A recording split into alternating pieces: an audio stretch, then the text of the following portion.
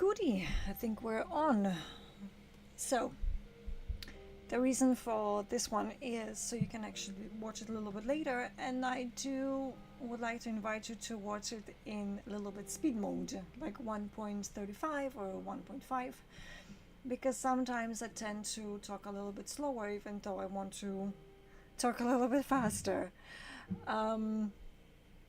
It's funny because last time we had a live, I promised which wasn't exactly a long time ago. Sorry, I'm struggling to put my phone away somewhere. That it's not in the way. That I will have a cup with my name on it, like all the fancy YouTubers usually have a cup with my name on it, and that I would just like pick it up and drink it. And yeah, unfortunately, I'm still drinking from IKEA glass, my tea. So it's not nothing such, nothing fancy yet. But I think when I come back from London, I will definitely get a cup with my name on it. So that's my page, my latest image, but this is not the one that I want to talk about. This is the image that we have talked about previously. Maybe I'll just move my camera a little bit to the side. But there is an image that I want to talk about today, and it's not published yet, but it will be published. And I'm going to show you actually a couple of things. First, how I edited everything in Photoshop, and then I'm going to show you my Lightroom trick, which I always kind of discourage people from using Lightroom, because everything you want to have is actually in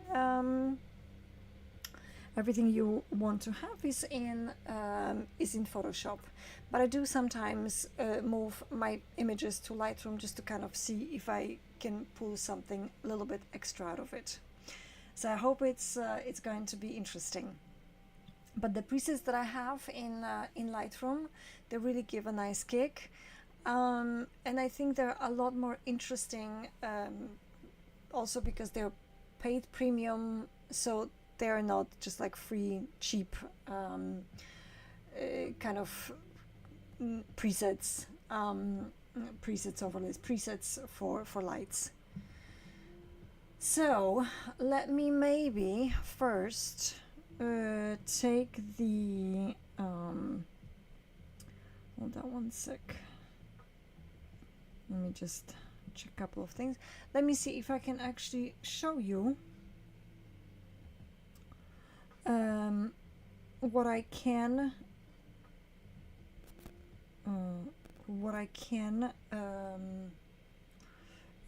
what is the final image and the final result, and I'm actually going to show it to you from Lightroom. Yeah.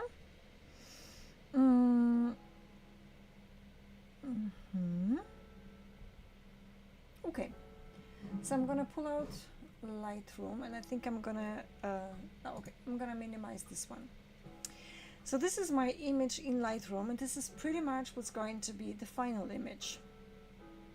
But before we're gonna move to the final image, before I actually save it as JPEG and post it, and I'm hoping to post it on Thursday before I leave, then I want to show you step by step, because it looks funky, but it has been a struggle, a big struggle.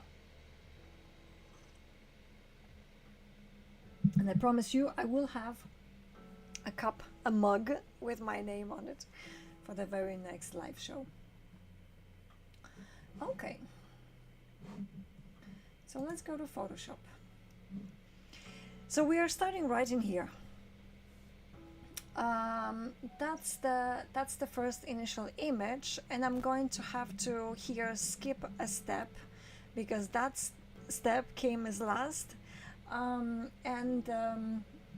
Yeah, so no image. We're starting with this image, and I'm going to also explain to you why certain things have been liquefied, edited, and how uncomfortable it was to be laying on my brand new table. I spent tons of money on it, yeah, now I have to be very careful not to scratch it. Yeah, that would be a bummer. Okay, so we have, you start with an initial background. And again, if I'm looking into, it's because I have two screens. So I either, this one is very small via OBS Studio. And then over here, I have my main big screen, and maybe you can actually see it in my closet a little bit. It's right in here. So, in my closet door. Okay, so we have the first, of course, is always the background, and that's your main photograph. This is raw file straight from the camera with no editing, nothing. So, of course, what I like to do first is create a layer, and that's the first layer. So we have the layer. On the layer, I've already edited a couple of things, and I can show you. So I have, let me take a hand. So I have, of course, removed some blemishes, like, some things that I thought were a little bit distracting. I honestly don't know. We get these, spots from the sun, and I like to remove them because honestly, why should they even be there in the first place? For me, a photograph is all about a little bit more aesthetic than anything else. So I always like to have it a little bit cleaner. I also removed them from my face. Cleaned up my face a little bit because I thought, initially I was going to take a little, I don't know what, a little thing, and I wanted to, I thought maybe I should just actually keep it, my face, but I have struggled to make friends with my own face in this particular image. The image is taken, there was a inspiration on Pinterest, and unfortunately I think it was kind of AI image, and of course the lady was so much laying down, just kind of a little bit better, nicer. And also removed my tattoo, even though I like it a lot, and even though I would like to have a few more, for the reason of I believe that they will just not bring anything to my image, my tattoo. So it's only for me really, so I also removed it. I also liquefied a little bit over here, a little bit over here, a little bit here under my nose, under my chin. But I just wanted to give a little bit more aesthetic, so I'm gonna show you like that. Because this particular image doesn't bring anything to anything really. I was lying down very awkwardly. My side was hurting, my arm was hurting, and it was literally not that important. So I liquefied that a little bit, made it a little bit, not made myself thinner, but just more aesthetic. Let's say aesthetically better. So that's what I did, and this is what you have. Removed the blemishes, lifted my chin a little bit. I was laying down very awkwardly. Just made it a little bit aesthetically better. Removed the shadows, unnecessary shadows, and some discolorations on the face. Again, I actually thought I was going to keep my face here on the image. Let's see what I've done. Okay, so the next step was color. I like to do two things: desaturate my images and cool them down.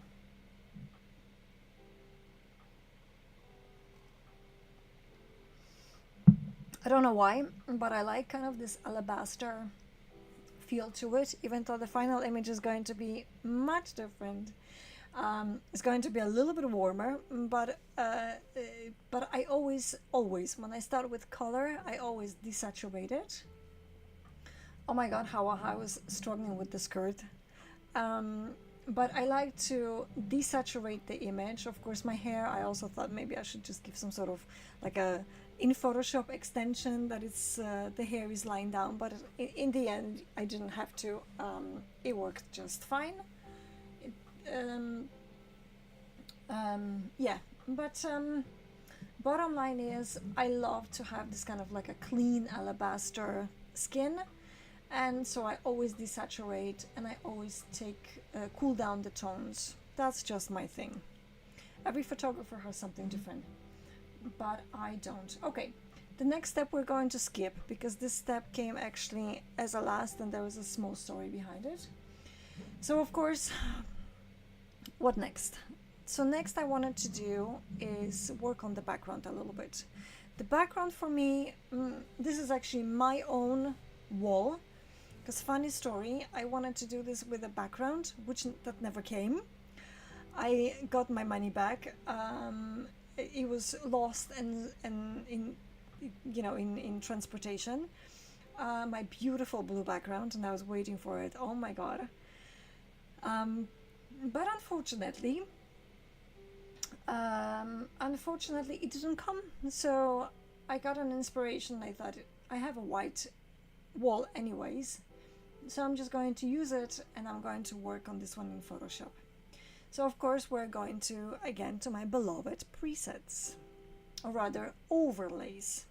So I wanted to add a little bit of texture here, even though the textures at some point a little bit disappear, but when you build them up step by step, they kind of in the end give that little something. At least I think so. I use a lot of textures. I wanted to give a little bit maybe texture on the skin, but I experimented with that and it didn't work for me, so I just thought, not a problem, we're just not going to do this. So I added a little bit in the background. Yeah, kind of like a crumbling wall, crumbling things, and so I thought, why not?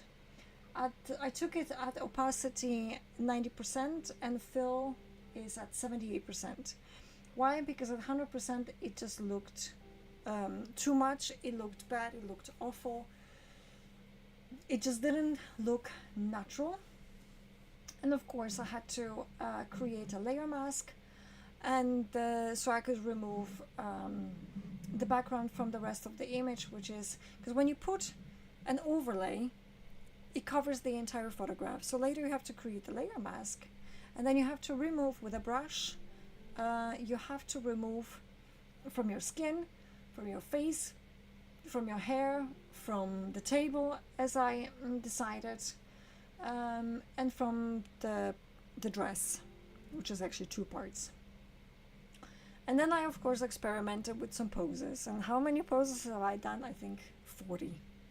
Can't even imagine that I was laying upside down and on it, and it's just a lot. I probably will create another image out of this one, a little bit funny, but for now this is the first image.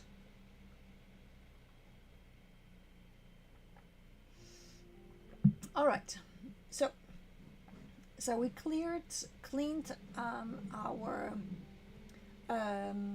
we left our background where we have cleaned our the rest, so our skin and our hair and the dress. So we're moving to face another one. And I wanted to add a little bit not necessarily clouds, but maybe like a little fog. Fog is also one of my favorite presets, overlays, and I like to use a fog because it gives kind of really nice feel to it. And I'll show you what you can do. I think I've explained that last time. Okay, so you have the overlay fog, yeah? I chose right here on the top. You can actually modify the fog a little bit. I chose soft light, and I'm going to come back to the soft light, but I'm going to actually show you what other things you can do. Yeah, so you go from normal. This is actually the normal image. This, the normal image, the normal overlay. This is exactly what it looks like. I have this one at opacity 100% and at fill 100%. So then we can choose dissolve. There's actually here not that much difference. You can do darken, you can do multiply, you can do color burn, linear burn, and of course later you can, adjust it to your liking with opacity and fill. And of course you can create a layer mask and remove a little bit of that. Then you have, you know, darker color, lighter. It gives you all kinds of nice and funky possibilities. There's a screen. I also considered screen, which was great, but I thought it was a little bit too bright. And then there's dodge, and then there's linear dodge, and then you have linear color, and then you have overlay, and then you have soft light, which this is actually what I chose. And if you can see, you know, you can hardly see anything, but that's okay because this is what I wanted. Then you have hard light, then you have vivid light, and so on and so forth. So you can experiment with whatever you want, and this is the fantastic feature of Photoshop. You have also exclusion, subtract, and then you have divide. Then you have hue and saturation, color, luminosity, completely different. So whatever you want, and then you can of course adjust it with. And then we had one at soft light, I believe, yeah, with opacity, which is here, and then fill, which is here. Then we had, you know, and I thought I experimented a little bit with this one, and I thought it's just not enough. At least not for me. So I chose another overlay of fog. But for, like you can see, for this one I did not use a layer mask because I didn't have to subtract anything. If those would have been something a little bit darker, then probably I would have used the layer mask, and I would want to take a little bit away. And so what you do, you create a layer mask just like here. Well, first I need to show you, just like in here. Then you create a layer mask, and then you of course with a soft brush, I would recommend to use a soft and bigger brush, and just kind of you take a little bit away from it, yeah, a little bit here, a little bit there, and whatever you want to show. So I did that, and then I thought there is too gray. Everything is, I think, for me at least, everything was just like a little bit too gray. But I do like gray, don't get me wrong, because I don't want it to have, you know, yellow or some kind of very radioactive colors. I wanted to have it gray. And so but I thought if I would just pop the color just a little bit, just to kind of give me something in there, just a little bit contrast. So I turned to my files, to my overlays, and I added this one. I took the opacity, so it's basically like a little bit brick. It's not red, but it's kind of like a brick red color, but also with a texture. Let me see if maybe I can show you what I mean, and we can open it up. Okay, background overlays. So I'm gonna show you my fog presets. Okay, so these are my fog presets.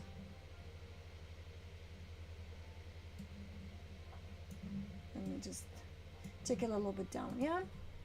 So basically they look like that. These are the images, yeah? These are the fog presets that I have used before. And there come, you know, all different ones, and you can use them however you want. Just of course make sure that you play a little bit with the settings, so you have, this one is also very nice.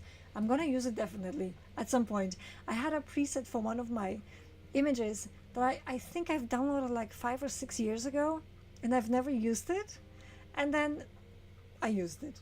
So it's not all of them that I want to use, but some of them are like super nice that you really want to incorporate them somehow to your images, like forests, or just a little bit here, a little bit there. So yeah, and then So that's my fog. I don't know if I have them here or if I have them under. All right, I think it was somewhere around here. The red color. It could have been this one. It could have been this one that I used. Yeah, it was exactly this one. So basically what you do is you take an overlay photograph of something, and it does have, as you can see, a texture. And I love when things have textures, because then later it really, you know, it doesn't look much. Picture doesn't look much like much until you actually use a little bit photograph, overlay your photograph with something that has texture, because then later you have just kind of like color on color on color, and this is kind of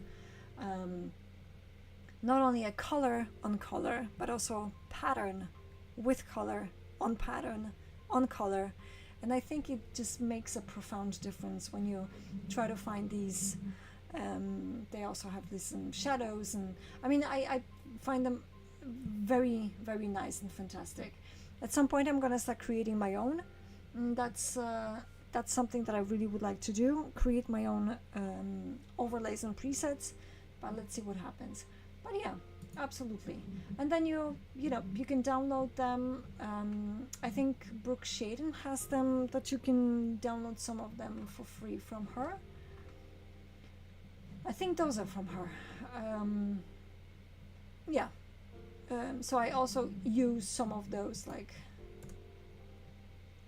I'm gonna show you.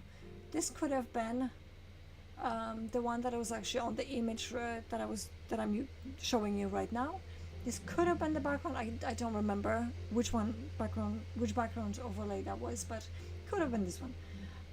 It was definitely one of those. But you can see, you know, these textures, they're all kind of different, and then when you put them together with the shades and shadows and a little bit different coloration, it just makes so interesting.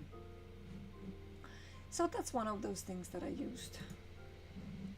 So I did that, and I of course took opacity and fill. Like I said before, opacity here is at 90% and fill is at 78. Now the image was covering everything, and as you can see,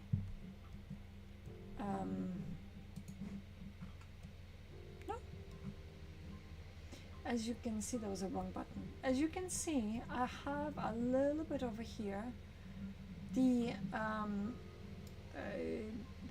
discoloration, shadows, and that's quite a lot here. That's everything right in here, what happens. Like, just you can see over here, that's the background for the wall, that's the fog, two of them actually, and that is also a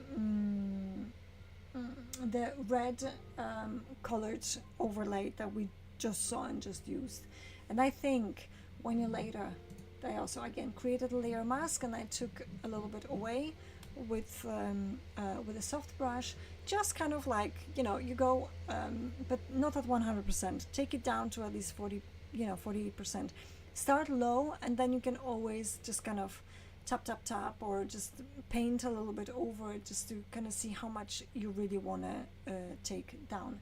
So I do recommend always, when you click on the brush, like opacity here I have at 47%, this is what I had, and at flow at 48%, yeah? So when you take a soft brush, and then you just kind of start taking away, as you can see. But we don't want that. So I'm just gonna go back. But yeah, this is, you want to do it instead of go down to, like, you know, under 50% of opacity and fill and flow, because later you're just gonna start taking too much away. So I left it like this. Let me get a drink. I probably need something stronger.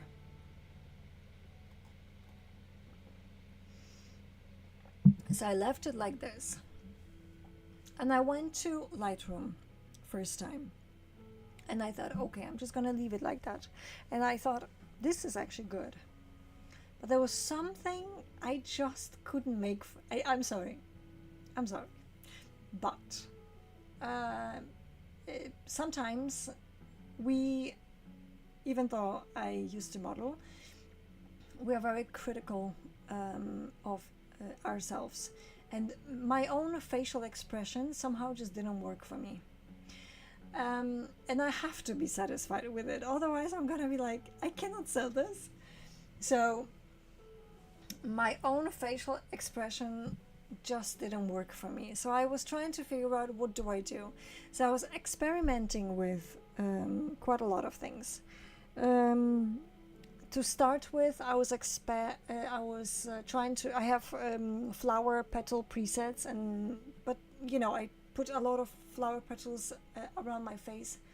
Put them a little bit. Let me just switch. Put them a little bit also here as they were falling, and it just kind of looked like I'm lying down, pissed up, drunk, and that I am vomiting. So that didn't work for me. I tried to get the petals maybe like they're falling over here, but then it just created like a stripe of petals following. So I tried to add a little bit more fog, and I already have a picture what I am, have a fog coming out of my mouth and butterflies and a little bit some sparkles. So it didn't work for me either, and I thought it shouldn't be a redundant picture. It should be something completely different. So again, I was struggling. So I left it for a few days and I didn't know what to do with it. So then I thought, how about a flower? But I don't really want to hold a flower. So I thought, maybe I should reshoot it by somehow trying to hold a flower. But I have already done self-portraits with flowers, and trust me, they just don't work with you. They, of course you can dry them. Not all of them can, but most of them you can dry them, and of course you can put against your face or something. But then I thought maybe I'll just shoot only a flower, take photos only of a flower, and then just add to it. But I got a little bit lazy, and I thought, now I have to go back and reshoot and and match the colors, and of course I'm gonna have to match the colors either way. But unfortunately, I don't know, fortunately or unfortunately, I really didn't want to do it. I didn't want to recreate the picture. I didn't want to shoot flowers separately. So I went on the internet and I found some flowers. I downloaded 4 or 5 and I edited a flower to it. This flower is already edited in. Right, this one. Yeah, I can actually perhaps show you.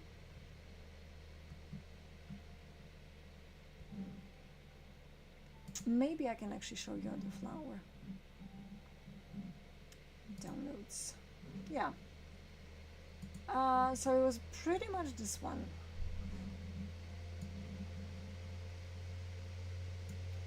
So I downloaded this kind of flower.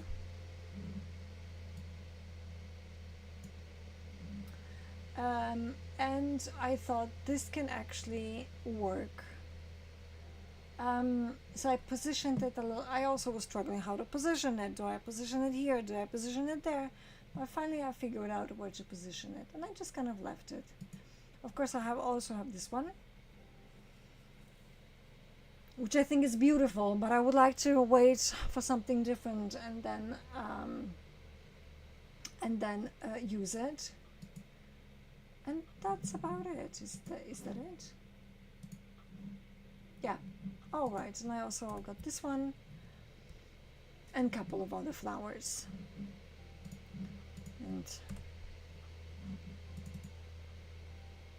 And for example, this one. Yeah.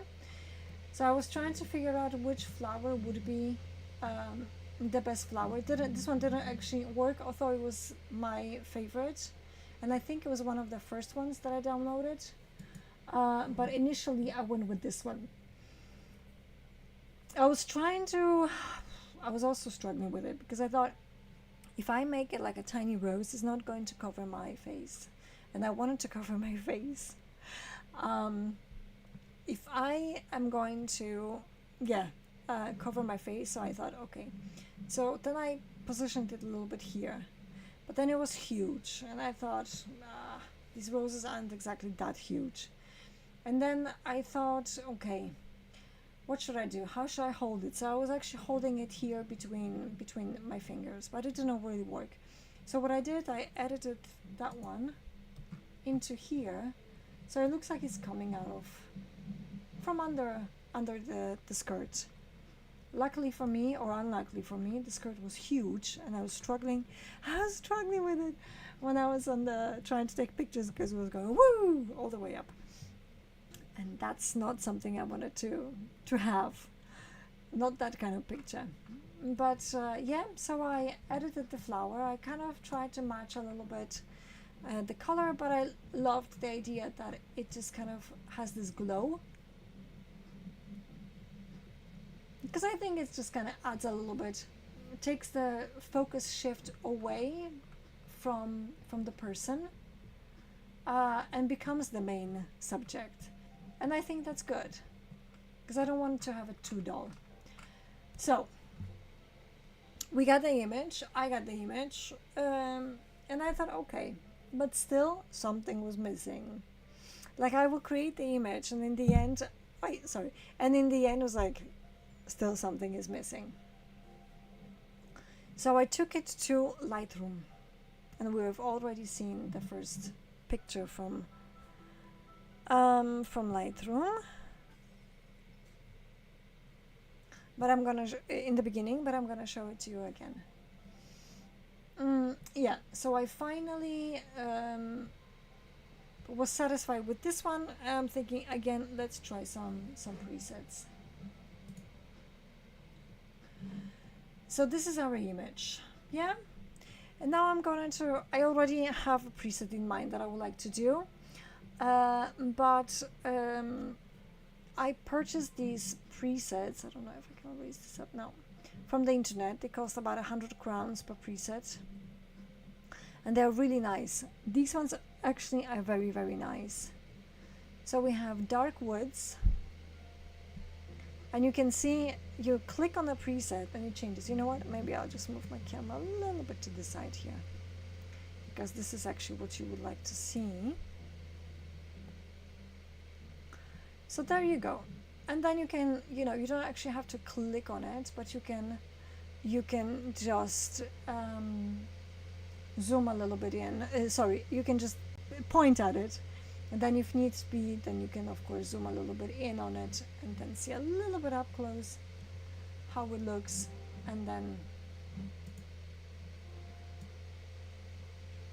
let's see, and try to figure it out. Yeah, if you would, for example, like to, you know, click on it and just kind of play a little bit with the settings, you can just like do exposure,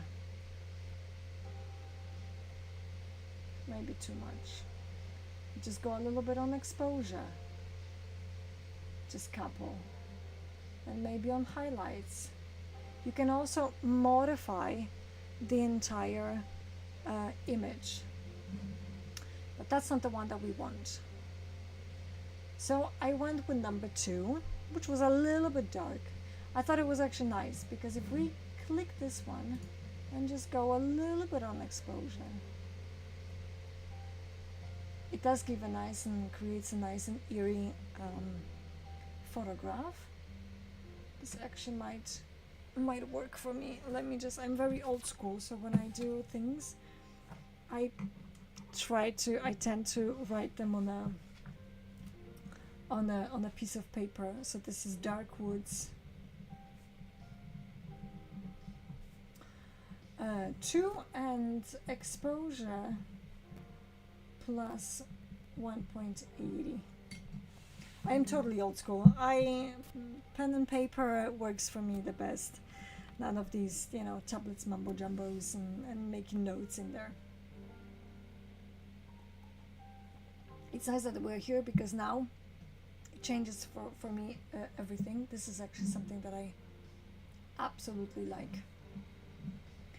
My initial one was Dark Woods 9 or 8,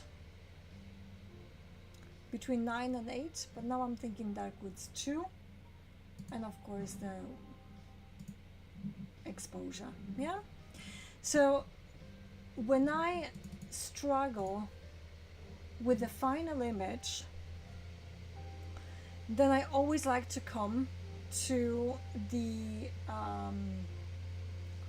to Lightroom and just kind of play around with my presets. I usually use those that I have here. So I have dark woods, I have deep greens, I have mono frost, which is black and white. Also really nice and contrasty. And then I have rustic blues, yeah? Oh, and the rustic mood. These are the ones that I purchased. The other ones, they are free, that I downloaded some years and years ago from the internet. And those are those are really nice, no? And they kind of, they're a little bit cinematic, they're a little bit, but they are free and they are kind of cheap, let's say. But it doesn't mean that they don't give nice things for you, but it's just like maybe they're not as intuitive as the purchased ones. So, you know, it's just something that's called vibes. But again, it's all up to the person that wants to create the final image. Because of all those